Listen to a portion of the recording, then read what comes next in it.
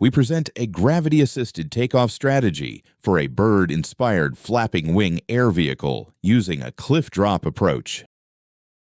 Most avian-scale FWAVs cannot take off on their own. They usually require a hand launch or an external catapult. Real birds, however, solve this differently. They simply drop off a cliff, let gravity build up their airspeed, and then start flapping. We asked, can a robot do the same? Introducing our test platform, the KRoHawk Robotic Hawk, or KRoHawk.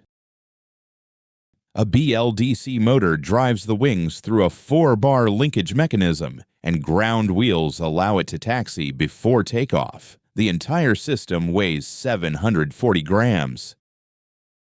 The takeoff sequence consists of 3 phases. First, the robot taxis toward the edge. Then comes the drop, where gravity rapidly converts height into airspeed. Once it gains enough speed, the flight controller pulls the nose up and transitions into sustained flapping flight. It is fully autonomous from start to finish. Here are the results from our flight tests, demonstrating successful takeoff.